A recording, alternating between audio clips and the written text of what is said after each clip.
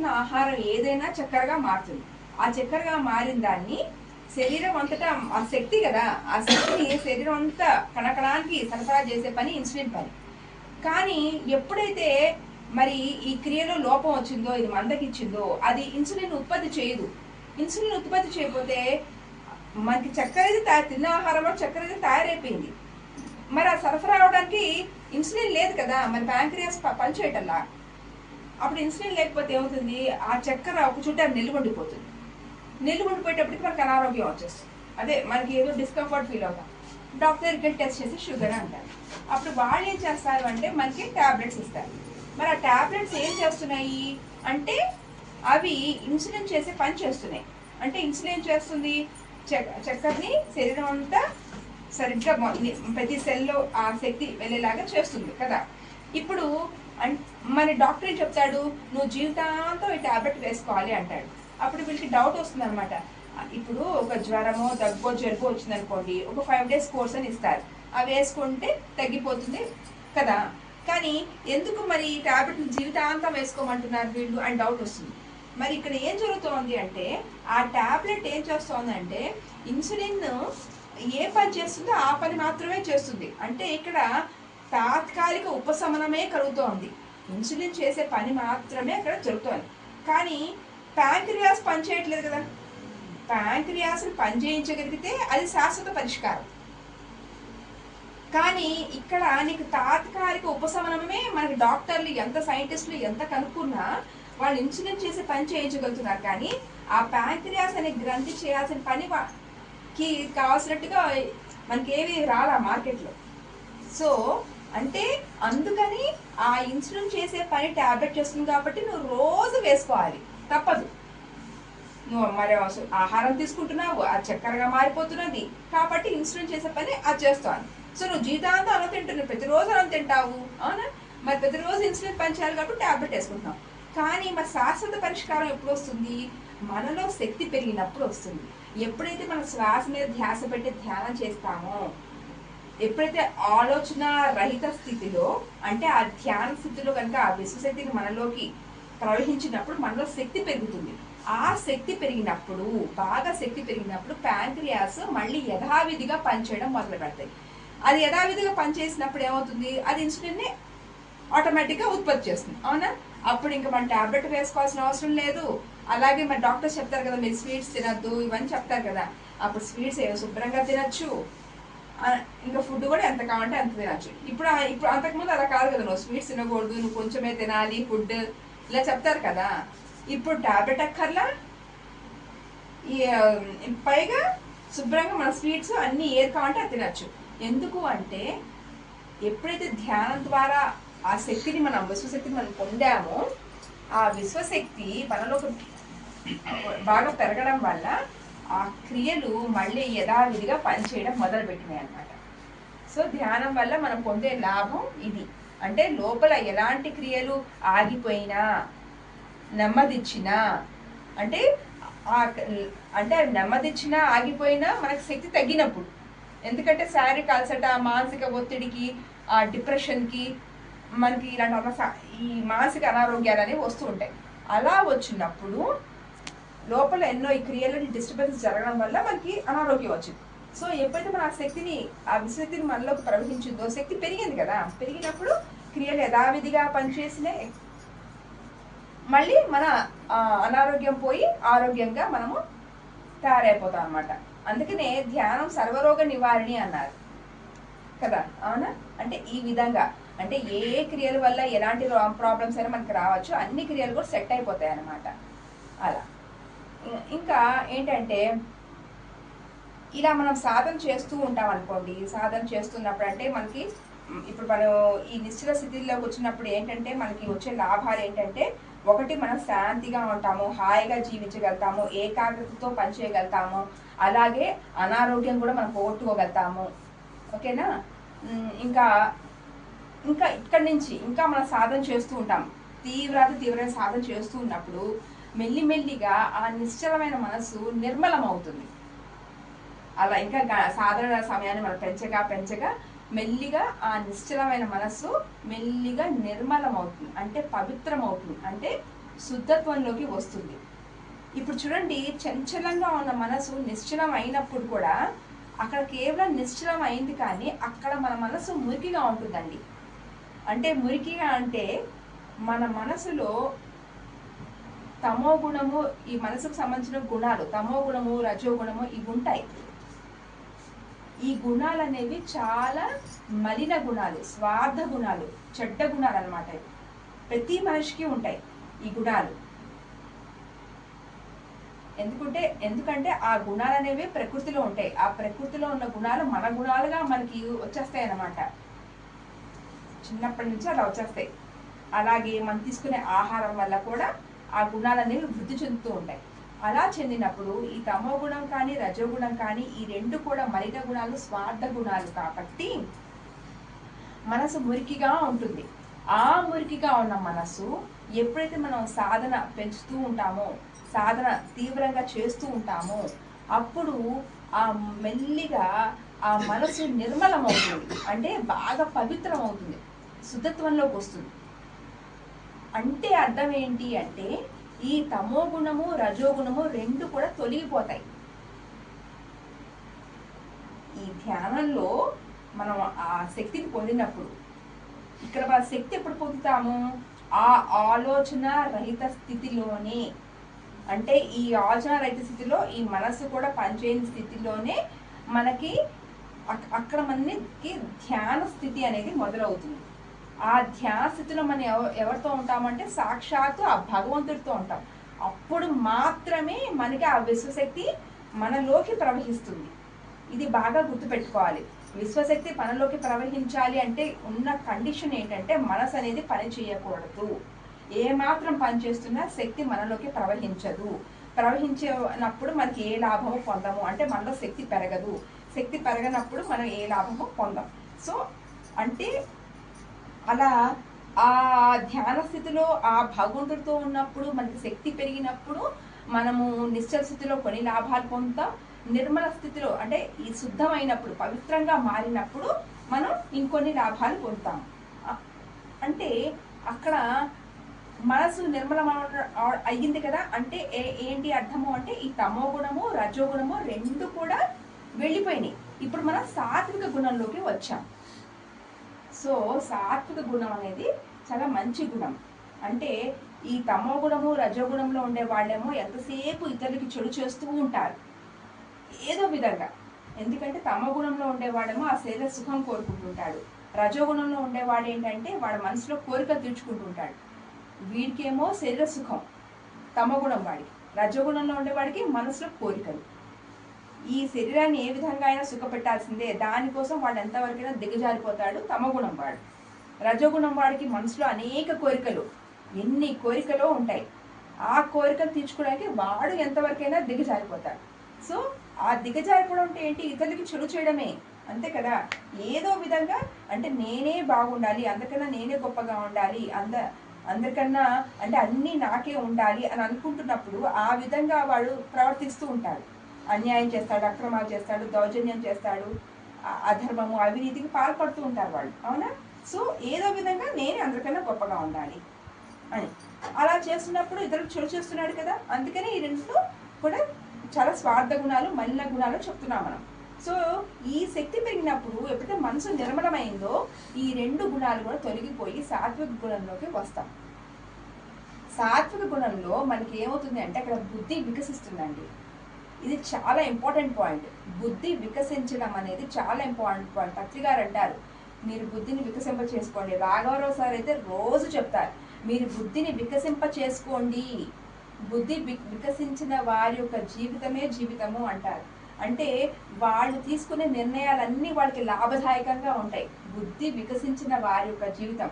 ఎందుకంటే బుద్ధి వికసించినప్పుడు అది ఎలా ఉంటుందంటే, ఉదాహరణకు ఒక మొగ్గ, ఇప్పుడు మొగ్గ ఉందనుకోండి, ఆ మొగ్గ చూడటానికి పెద్దగా ఏం బాగోదు, దాని నుంచి ఎటువంటి సువాసన రాదు, అది ఏ విధంగానూ ఉపయోగపడదు. కానీ ఒకవేళ ఆ మొగ్గ వికసించింది అనుకోండి, అంటే పువ్వు అయిందనుకోండి, అది ఎంతో బాగుంటుంది, ఆ సుగంధ ద్రవ్యాలు వెదజల్లుతుంది, అందరికీ నచ్చుతుంది కదా. అందరూ పూలు కొంటారు కానీ మొగ్గలు కొనరు కదా. ఎందుకు అంటే ఇది దీని నుంచి ఎంతో మంచి వాసన వస్తుంది, అంటే ఉపయోగపడుతుంది, చూడటానికి బాగుంటుంది.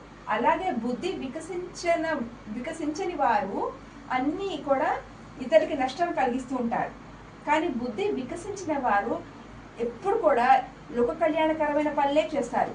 అంటే అందరికీ మంచి చేస్తారు, మేలు చేస్తారు, సేవ చేస్తారు. అంటే ఎవరికి ఏ విధంగానూ హాని చేయరన్నమాట, కీడు కలిగించారు. బుద్ధి వికసించిన వాళ్ళు చేసే పనులన్నీ కూడా ఎదుటి వాళ్ళు ఎంతో అంటే హర్షిస్తారన్నమాట, ఎంతో సంతోషపడతారు. ఎందుకంటే వాళ్ళకి ఇప్పుడు ఎవరైనా సహాయం అవసరం అనుకోండి, సహాయం చేస్తారు. అక్కడ సేవ అవసరం అనుకోండి, సేవ చేస్తారు. అంటే అన్నీ కూడా అప్పుడు చూడండి, మనకి ఎవరైనా సహాయం చేస్తే మనం ఎంతో సంతోషిస్తాం కదా, వాళ్ళని ఎంతో చాలా థ్యాంక్స్ అండి అంటాము. అంటే అది బుద్ధి వికసించిన వారే చేయగలుగుతారు ఆ పని, ఇతరులకు సహాయం చేయడం అనేది. సో అందరూ మెచ్చుకుంటారు, ఆ లోకోపకారమైన పనులే వాళ్ళు చేస్తారన్నమాట. అంతేకాకుండా ఈ బుద్ధి వికసించిన వాళ్ళకి ఏంటి అంటే వాళ్ళకి వివేకము, విచక్షణ, జ్ఞానం కలుగుతుంది. ఇక్కడ వివేకము అంటే ఏంటంటే నిత్య అనిత్య వస్తు వివేకము అంటారు. శంకరాచార్యులు వారు చెప్తుంటారు మనకి సాధన చతుష్టయంలో, ఒక నిత్య అనిత్య వస్తు వివేకం అంటే ఏది నిత్యము అంటే చూడండి, మన ప్రాపంచిక జీవితంలో ఉన్నంత వరకు కూడా ఈ కంటికి కనపడేవన్నీ నిత్యము, శాశ్వతము, నేను శాశ్వతం, ప్రపంచము శాశ్వతము, అన్నీ శాశ్వతం అనుకున్నాం. కానీ ఈ మార్గంలోకి వచ్చాక ఏం తెలుసుకుంటున్నాము, ఇవేవి శాశ్వతం కాదు, కంటికి కనిపించేవి ఏవి శాశ్వతం కాదు. ఈ శరీరం శాశ్వతమా? మన చుట్టూ ఉన్న వాళ్ళు, మన బంధాలు, అంటే ఇప్పుడు మన భార్య, పిల్లలు, మన పేరెంట్స్ కావచ్చు, ఎవరైనా వీళ్ళు అందరూ శాశ్వతమా? కాదు, అందరూ వెళ్ళిపోతారు, ముందో వెనుకో అందరూ వెళ్ళిపోతారు. సరే, ఏదైనా బిల్డింగ్ శాశ్వతమా? అది కూలిపోతుంది ఎప్పుడో. ఈ ప్రాపంచిక కనపడే ఏవైనా శాశ్వతమా? ఏవి కాదు. అంటే కొన్నాళ్లే ఉండేది, తర్వాత అన్ని నశించిపోయేవి కదా. అంటే ఆ నిత్య అనిత్య అంటే ఏది నిత్యమో ఏది అనిత్యమో. మన నిత్యమైంది ఏంటి అంటే ఒక్క పరబ్రహ్మ మాత్రమే, ఒక సాక్షాత్ ఆ భగవంతుడే కదా. అలాగే శాశ్వతమైంది కూడా ఆ భగవంతుడే. మరి నిత్యం కానిది, శాశ్వతం కానిది ఏంటి అంటే ఈ ప్రపంచం. సో ఈ నిత్య అనిత్య వస్తు వివేకం అనేది కలుగుతుందన్నమాట ఎప్పుడు మన బుద్ధి వికసించినప్పుడు. అలాగే విచక్షణ జ్ఞానం కూడా ఏర్పడుతుంది. చూడండి, మనకి ఏది మంచి, ఏది చెడు, ఏది న్యాయం, ఏది అన్యాయము, ఏది నీతి, ఏది అవినీతి, మరి ఏది ధర్మము, ఏది అధర్మము, ఇవన్నీ కూడా మనకి తెలుసు. ఇప్పుడు చూడండి, ఒకడు దొంగతనం చేస్తున్నాడు, వాడికి తెలియదా ఆ దొంగతనం తప్పని, అయినా చేస్తాడు. అలాగే ఒకరిని మర్డర్ చేయడం తప్పని తెలియదా, తెలుసు, అయినా చేస్తారు. ఎందుకు అంటే అక్కడ వాడు తమో రజోగుణాల్లో ఉన్నాడు, వాడు మనసు మురికిగా ఉంది. అలాగే ఇంకా ఎన్నో విధాలుగా వాళ్ళు ఇతరులకి చెడు కలిగిస్తారు. కానీ ఈ బుద్ధి వికసించిన వాళ్ళకి ఈ విచక్షణ జ్ఞానం కలిగినప్పుడు ఈ డిఫరెన్సెస్ బాగా, అంటే ఏది మంచి, ఏది చెడు, ఏది న్యాయము, ఏది అన్యాయము, ఈ విషయాలు ఏవైతే ఉన్నాయో దాని పట్ల బాగా స్పష్టత రావడం వల్ల తనకి ఎవరన్నా నష్టం కలిగించినా, లేకపోతే మరి మోసం చేసినా, ఏ విధంగా అయినా సరే తనని బాధ పెట్టినా, ఒక అవమానించినా, విమర్శించినా, నష్టం కలిగించినా, కష్టం కలిగించినా, ఏం చేసినా సరే ప్రతిచర్య చేయుడు. ఎందుకు అంటే వాడికి తెలుసు, నాకు కర్మ సిద్ధాంతం అని ఉంది. ఒకప్పుడు నేను ఎవరినో మోసం చేశాను, ఎవరికో మోసం చేశాను, ఇప్పుడు వీడు నన్ను మోసం చేశాడు, అంటే వాడికి మోసం చేసి నేను వాడు బాధ పెట్టాను. సో ఇప్పుడు నా కర్మ సిద్ధాంతం ప్రకారం ఇప్పుడు నేను అనుభవిస్తున్నాను అన్న విషయం బుద్ధి వికసించిన వాడికి తెలుసు కాబట్టి ప్రతిచర్య చేయడు. కానీ ఈ అంటే ఈ ధ్యానం చేయని వాడికి ఎలా ఉంటుందంటే వాడు మోసం చేస్తాడు, ఇతరులకి మాయమాటలు చెప్తాడు, అవునా, అధర్మంగా ప్రవర్తిస్తాడు, అవినీతికి పాల్పడతాడు. మనం అడిగామనుకో వాడు ఏమంటాడు, వాడు నన్ను మోసం చేశాడు కాబట్టి నేను వాడిని మోసం చేశాను, వాడు నన్ను నష్టపరిచాడు కాబట్టి నేను వాడిని నష్టపరిచా, అన్నీ ఇట్లానే అంటారు కదా. అంటే వాడు నన్ను అవమానించాడు కాబట్టి నేను వాడిని అవమానించాను అంటాడు. అంటే వాడికి అక్కడ బుద్ధి వికసించలేదు, వాడికి జ్ఞానము లేదు, కర్మ సిద్ధాంతం ఉందని ఒకటి తెలియదు కాబట్టి వాడు నాకు చేశాడు కాబట్టి నేను వాడికి చేశాను అంటూ మాట్లాడతారు. ఎందుకు, అక్కడ తమోరజో గుణాలతో ఉన్నారు కాబట్టి, ఆ మనసు మురికిగా ఉంది కాబట్టి చర్యకి ప్రతిచర్య అంటే కక్ష కట్టడం లాంటివి చేస్తారు. కానీ బుద్ధి వికసించిన వాళ్ళు ఏం చేస్తారంటే వీడికి జ్ఞానం ఉంది, నేను ఒకప్పుడు వాడిని ఇబ్బంది పెట్టాను కాబట్టి వీడికి నేను ఇబ్బంది పెట్టాను, సో నేను ఇందులో నుంచి నేను పాఠం నేర్చుకున్నాను ఏంటి అంటే నేను ఎవరికి నేను ఇబ్బంది పెట్టకూడదు అనే విషయం తెలుసుకొని నేను ప్రకృతి వాడు నన్ను ఇబ్బంది పెట్టినా ప్రకృతి చూసుకుంటుంది, నేను మాత్రం ప్రతిచర్య చేయాల్సిన అవసరం లేదు అని ఈ బుద్ధి వికసించిన వాడికి అంటే ఆ విచక్షణ జ్ఞానం కలిగింది. బుద్ధి వికసించినప్పుడు వివేకము విచక్షణ జ్ఞానం అనే కలగడం వల్ల అతను చేయవలసిన పనులే చేస్తాడు, చేయకునే పనులు చేయడు. చేయకునే పనులు చేయకపోవడం వల్ల అతని జీవితం ఎంతో సుఖంగా ఆనందంగా వైభవంగా ఆనందదాయకంగా ఉంటుంది. ఎప్పుడైతే చేయకునే పనులు చేస్తారో, సృష్టి విరుద్ధమైన పనులు చేస్తారో, అధర్మంగా ప్రవర్తిస్తుంటారో, కర్మ సిద్ధాంతం ప్రకారం వాళ్ళకి ఎప్పుడు కష్టాలు సమస్యలు రోగాలు బాధలు వస్తూ ఎప్పుడు దుఃఖాన్ని అనుభవిస్తూ ఉంటారు. ఒక సమస్య తీరిందా అంటే ఆగుతుందా అంటే కాదు, మళ్ళీ ఇంకో సమస్య వస్తూనే ఉంటాయి. ఏంటి బాబు నా జీవితం ఇలా అయిపోయింది అని వాడు బాధపడుతుంటాడు, కానీ వాడు చేసిన తప్పులే. అందుకే పత్రికారు ఏమంటారు, నీ వాస్తవానికి నువ్వే సృష్టికర్తవు అంటారు. నువ్వు ఏదో దేవుడు నాకు అన్యాయం చేశాడు, దేవుడు నాకు ఇలాంటి జీవితం ఇచ్చాడు అనుకుంటుంటారు కదా, నన్ను దేవుడు నన్ను చిన్న చూపు చూశాడు అంటారు. కాదు, నీ వాస్తవానికి నువ్వే సృష్టికర్తవి, ఎవ్వరు కాదు. నీ మాటలు నీ చేతలు నీ పనులు నువ్వు గతంలో చేసినవి కావచ్చు, ఇప్పుడు చేస్తున్నవి కావచ్చు, వాటి యొక్క పర్యవసానమే ప్రస్తుత జీవితం, అంతే తప్ప ఎవ్వరు కూడా దీనికి బాధ్యులు కారు. చాలా మంది నా జీవితం ఇలా అయిపోయింది నా భర్త వల్ల ఇట్లా అంటుంటారు కదా, కాదు, నువ్వు గతంలో చేసావు. నువ్వు అప్పుడు భర్తగా ఆ భార్యని చాలా ఏడ్పించావు, ఇప్పుడు నీకు తెలిసి రావాలని ఈ జన్మలో నువ్వు స్త్రీగా పుట్టి ఆ బాధలన్నీ అనుభవిస్తున్నావు. ఇప్పుడు అంటావు ఏంటి నా జీవితం ఇలా అయిపోయింది. నువ్వు బాధ పెట్టేటప్పుడు నీకు తెలియలా, నువ్వు అనుభవించినప్పుడు తెలిసింది నీకు బాధ ఇలా ఉంటుందని. కానీ అక్కడి నుంచి నువ్వు ఏంటి పాఠం నేర్చుకుంటున్నావు, నేను ఇంకోసారి ఏది చేయకూడదు, గురువు చెప్పాడు కదా, ఈ జ్ఞానం తెలుసుకుంటున్నాను కదా, కర్మ సిద్ధాంతంలో ఉందని తెలుసుకుంటున్నాను కదా, ప్రతి మాట ప్రతి చేత అన్నీ కూడా కర్మే అని చెప్పి. సో ఇదంతా కూడా బుద్ధి వికసించిన వాళ్ళకి జ్ఞానం తెలుసుకున్నారు కాబట్టి వాళ్ళు చేయవలసిన పనులే చేస్తారు. ఎంత చూడండి, చాలా మంది ఏమంటారు అంటే నేను ఈ జీవితంలో అంత కరెక్ట్గానే ఉన్నాను, నేను ఎవ్వరికి కూడా నేను ఏ విధంగానూ నేను బాధపడట్లేదు, కానీ నాకు ఇన్ని సమస్యలు నాకు వస్తున్నాయి అంటారు. చూడండి, చాలా మంది అంటారా. కొంతమంది మరి వాడు చూడు వాడు అన్ని తప్పులే చేస్తుంటాడు, కానీ వాడు ఎంత హాయిగా ఉన్నాడు, నేను ఇంత కరెక్ట్గా ఉన్నా సరే నా జీవితాన్ని ఎన్ని కష్టాలు వస్తున్నాయి అంటారు. ఎందుకు అంటే ఇంక వాళ్ళకి ఆ జ్ఞానం లేదు. ఈ గురువు ఇప్పుడు మనకి ఈ కర్మ సిద్ధాంతం ఉంటుంది వాళ్ళకి తెలియదు, అందుకని అట్లా మాట్లాడుతున్నాడు. కానీ కర్మ సిద్ధాంతం తెలుసుకున్న వాళ్ళు వాడి జన్మలో తప్పులు చేస్తున్నాడు, వాడు మళ్ళీ అనుభవిస్తాడు, వాడు కర్మ పండినప్పుడు వాడు అనుభవిస్తాడు. నువ్వు చేసిన కర్మల్ని ఇప్పుడు అనుభవిస్తున్నావు అంటే నీ కర్మలు తీరిపోతున్నాయి. సో ఇక్కడ తీరిపోతూ నీకు ఒక పాఠం నేర్పుతున్నాయి, ఏంటి, నేను ఇవి చేయకూడదు ఈ తప్పులు అని చెప్పేసి. సో అంటే ఈ జ్ఞానం అంతా బుద్ధి వికసించిన వాడికే తెలుస్తుంది కాబట్టి చేయవలసిన పనులే చేస్తాడు, కాబట్టి వాడి జీవితం ఎంతో హాయిగా సంతోషంగా లాభదాయకంగా ఉంటుంది. ఓకేనా మాస్టర్. అలాగే ఇంకా సాధన చేస్తూ ఉన్నప్పుడు, ఇంకా సాధన తీవ్రంగా బాగా చేస్తూ ఉన్నప్పుడు అంటే ఇక్కడ ఈ శుద్ధత్వంలో కూడా మాస్టర్స్ ఇప్పుడు నేను మనసు శుద్ధ అవుతుంది, నిర్మలం అవుతుంది, పవిత్రంగా మారుతుందని చెప్పా కదా, దీంట్లోనే 3 స్టేజెస్ ఉంటాయి. శుద్ధి, పరిశుద్ధి, మహాపరిశుద్ధి, లేదా నిర్మలం, నిర్మలం, మహాపరినిర్మలం. అంటే ఒక్కొక్క స్టేజ్లో ఇంకా శుద్ధత్వంలోకి మనం వెళ్తూ ఉంటాం అన్నమాట. ఫస్ట్ కొంచెం శుద్ధత్వంలోకి వచ్చింది, నెక్స్ట్ స్టేజ్ ఇంకా సాధన చేస్తుంటే ఇంకా శుద్ధత్వంలో, థర్డ్ స్టేజ్ ఏంటి ఇంకా, అలా 3వ స్టేజ్కి వచ్చినప్పటికి దాన్ని శుద్ధ సాత్విక స్థితి అంటారు. శుద్ధ సాత్విక స్థితి, ఆ శుద్ధ సాత్విక స్థితి అంటే చూడండి అది చాలా గొప్ప స్థితి. ఇప్పుడు మనం కనుక రామాయణం గమనించుకుంటే ఈ తమ గుణంలో ఉండే వాళ్ళు ఎవరు అంటే కుంభకర్ణుడు. 6 నెలలు తింటాడు, 6 నెలలు పడుకుంటాడు, పూర్తి శరీరానికి సుఖానికి ప్రాముఖ్యం ఇస్తాడు. నెక్స్ట్ మరి రజగుణంలో ఉండే వాళ్ళు ఎవరు అంటే రావణాసురుడు. అతనికి కోరిక తెలిసిందే కదా, ఆ కోరికతో ఆ పత్రం అయ్యాడు. సాత్వికంలో ఎవరు అంటే విభీషణుడు, మంచివాడు కదా, అన్నకు చెప్తాడు అన్న నువ్వు తప్పు చేస్తున్నావు అని, కానీ అన్న వినడు. శుద్ధ సాత్వికం ఎవరు అంటే ఆంజనేయ స్వామి. ఆంజనేయ స్వామి శుద్ధ సాత్వికంగా ఉంటారు.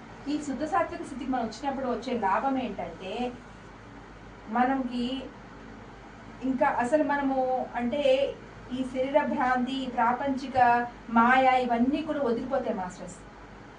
మనము నిర్మలము అయింది అన్నాం కదా, ఆ స్థితిలో కూడా అంటే సాత్విక స్థితిలో కూడా ఇంకా మనము కొంచెం మాయకి అంటే ప్రపంచ ఆకర్షణకి కూడా కొంచెం లోన్ అవుతూనే ఉంటాం. ఇవి ఇంకా శాశ్వతము, ఇంకా నా వాళ్ళు, ఈ మమకారాలు ఇవన్నీ ఇంకా ఉంటూ ఉంటాయి. కానీ శుద్ధ సాత్విక స్థితికి వచ్చేటప్పటికి పూర్తిగా మాయ నుంచి బయటపడతాం. పూర్తిగా మాయ నుంచి బయటపడతాం. ఈ మన ముందు ఏవి ఉన్నా నాది, మాది, నా వాళ్ళు, మా వాళ్ళు, ఇట్లాంటివి ఏవైతే మనకు ఉంటాయో అవన్నీ కూడా తొలగిపోతాయి. అది ఆంజనేయ స్వామి స్థితి. సో ఆ స్థితిలో చాలా గొప్పగా అంటే ఇంకా సాధన బాగా పెంచుకుంటుంటాం అప్పుడు. ఎందుకంటే మెల్లిగా మనసు ప్రపంచం వైపు తిరుగున్న మనసు ఆత్మ వైపు తిరిగిపోతూ ఉంటుంది. ఆ మనసు శుద్ధత్వంలోకి వచ్చింది కదా, ఫస్ట్ ఏమో మురికిగా ఉంది కాబట్టి ఎక్కువగా అటువైపే మొగ్గు చూపిస్తూ ఉంటుంది, ప్రపంచం వైపే మొగ్గు చూపిస్తుంది, ప్రపంచ ఆకర్షణలకి లోనవుతూ ఉంటుంది. ఆ కోరికలు తీర్చుకోవాలి, ఆ శరీరాన్ని సుఖపెట్టాలి, ఈ శరీరమే నేను అనే భ్రాంతితో ఉంటూ ఇలాంటి వాటికి మనసు ప్రాముఖ్యం ఇస్తుంటుంది. కానీ ఎప్పుడైతే మెల్లిమెల్లిగా సాధన మనం పెంచుతున్నామో, అందుకే ధ్యానం అందుకే అంత గొప్పది. సాధన చేసే కొద్దీ, శక్తి పెరిగే కొద్దీ మనసే పూర్తిగా మారిపోతూ ఉంటుంది. ఆ చంచలంగా ఉన్న మనసు నిశ్చలమైంది, తర్వాత నిర్మలమైపోయింది. ఆ నిర్మలమైపోయిన మనసు ఇంకా సాధన చేస్తున్నప్పుడు మెల్లిగా శూన్యం అవుతుంది మాస్టర్. మెల్లిగా శూన్యం అవుతుంది. శూన్యం అవడము అంటే మెల్లిగా అంటే మనసు లేని స్థితికి మెల్లిగా ఎదుగుతూ ఉంటాం. చూడండి, ఈ శూన్యంలో కూడా 3 స్టేజెస్ ఉంటాయి. శూన్యము, పరిశూన్యము, మహాపరిశూన్యము, 3 స్టేజెస్ ఉంటాయి మనకి. ఇప్పుడు శూన్యం అవడం అంటే ఉదాహరణకి మీకు అర్థమయ్యేటట్టు చెప్తాను. ఒక కుండలో మనం అన్నం వండామనుకోండి, అన్నము అందరు తినేస్తారు కానీ కుండ ఉంది, అవునా? కుండ ఉంది, అన్నం తినేసారు, అంటే లోపల ఖాళీ అయిపోయింది కానీ కుండ అనేది ఉంది. సో ఇది జస్ట్ శూన్యమైంది అంతే. ఇప్పుడు ఇక్కడ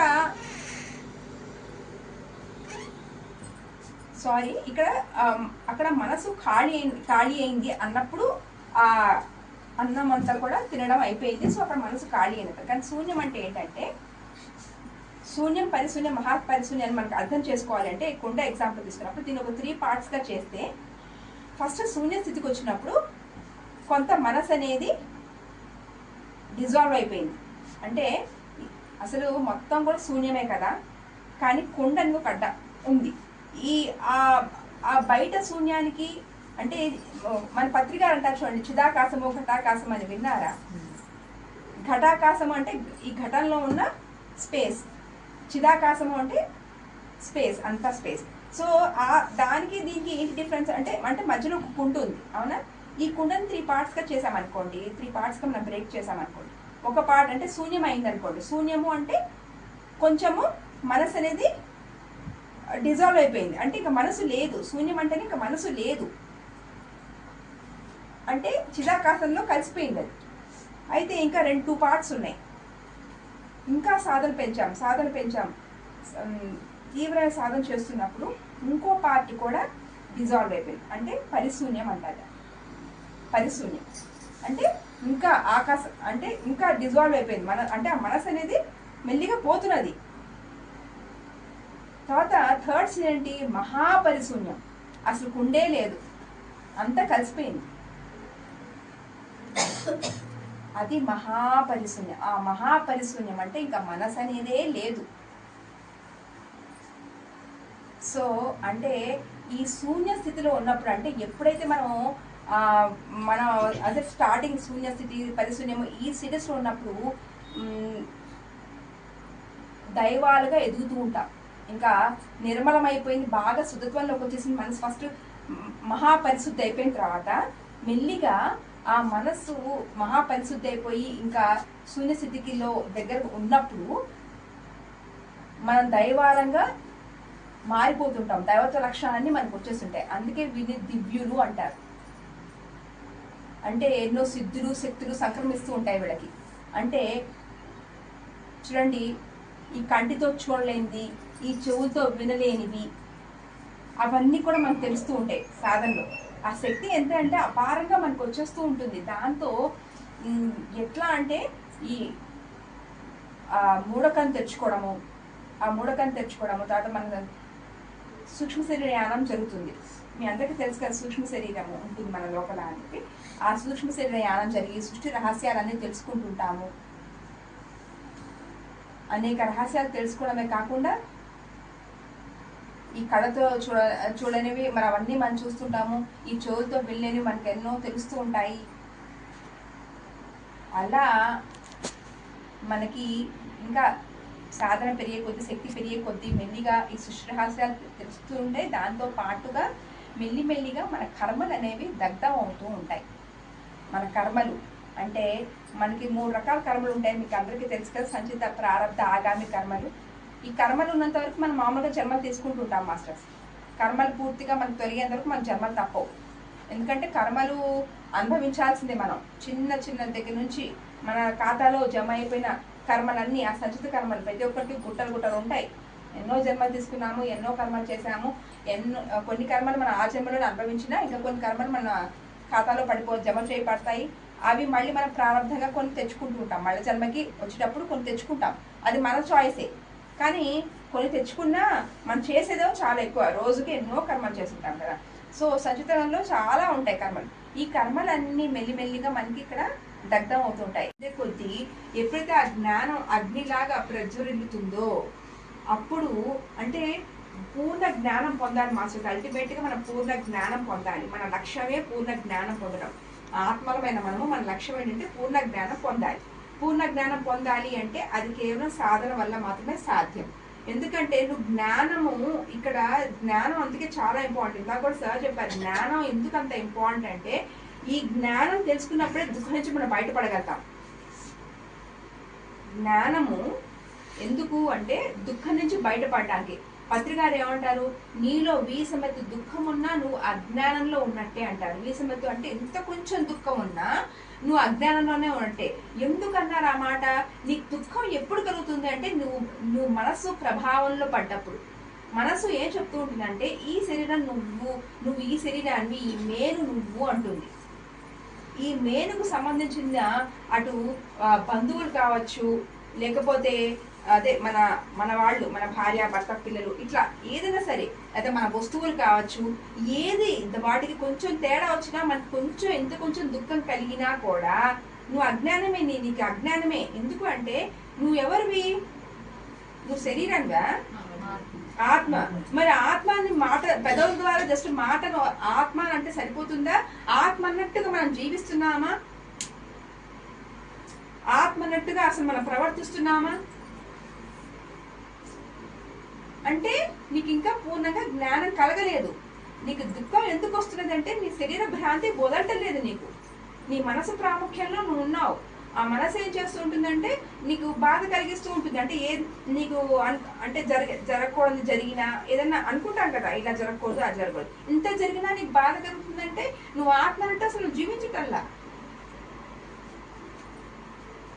అంటే అందుకని చెప్తున్నారు, నువ్వు సాధన ఎంత తీవ్రంగా చేస్తూ ఉంటావో ఆ మనసు ప్రాముఖ్యం తగ్గించి ఆ మనసే లేకుండా చేసుకునే స్థితికి ధ్యానమే తీసుకెళ్తుంది మనల్ని. నువ్వు అందుకని సాధన బాగా చెయ్యి, సాధన బాగా పెంచినప్పుడు మాత్రమే దుఃఖాన్ని శాస్త్రంగా బయటపడతావు. అంటే ఇప్పుడు మనము సజ్జన సాంగత్యంలో ఈ జ్ఞానం మనం వింటున్నాము. స్వాధ్యాయం ద్వారా ఆత్మజ్ఞానం సంబంధించిన పుస్తకాలు చదవడం వల్ల మనం జ్ఞానం తెలుసుకుంటున్నాం. కరెక్టే, నువ్వు జ్ఞానం తెలుసుకుంటున్నావు, కానీ అది నువ్వు అనుభూతి చెందాలి. అది నీ జ్ఞానం వచ్చినట్టు. అది నీ అనుభవైక జ్ఞానం కావాలి. అంటే నేను ఆత్మని అని నువ్వు అనుభవపూర్వకంగా తెలుసుకున్నప్పుడు మాత్రమే దుఃఖం నుంచి శాశ్వతంగా బయటపడతావు. అల్టిమేట్గా మనం దుఃఖం నుంచి శాశ్వతంగా బయటపడాలి అంటే దానికి జ్ఞానమే, అనుభవైక జ్ఞానం. అది మనసు శూన్యం అయిపోయినప్పుడు, ఎప్పుడైతే ఆత్మతో ఉంటామో ఇంకా అసలు ఆ ఆత్మని అనుభూతి చెందినప్పుడు మన కర్మలన్నీ దగ్ధమైపోతాయి మాస్టర్స్. ఇంకా దగ్ధమైపోయినాయి అంటే ఇంకా ఆత్మానుభూతి పొందావు. అహం బ్రహ్మాస్మి, ఆ బ్రహ్మము నేనే అయ్యున్నాను. ఇన్నాళ్ళు నేను దేవుడు వేరు, నేను వేరు అనుకుంటూ దేవుడిని నిందించాను. నాకు దేవుడు ఇంత అన్యాయం చేశాడన్నాను, నాకు ఇన్ని కష్టాలు పెడుతున్నాడు అన్నాను, నాకు కోరికలు తీర్చట్లేదు అన్నాను, ఇన్ని అన్నాను. ఏ దేవుడిని అయితే నేను నిందించానో అది నేనేనా అని నువ్వు అనుభవపూర్వకంగా తెలుసుకున్న రోజు నీకు ముక్తి, మోక్షము, దుఃఖరాహిత స్థితి, జన్మరాహిత స్థితికి నువ్వు చేరుకున్నావు. అది చివరి స్టేజ్. సో ఆ స్టేజ్కి మనం వచ్చేంత వరకు మనకి జన్మలు తప్పవు, దుఃఖాలు తప్పవు. ఎందుకంటే జన్మ వేసుకుంటే దుఃఖం. శంకరాచార్యులు వారు ఏం చెప్తారంటే, నువ్వు పునరపి జననం, పునరపి మరణం, పునరపి జననం జఠరే శయనం, ఇహ సంసారే బహుదుస్సారే, కృపయా పాహే పాహి మురారే అన్నారు. అందుకని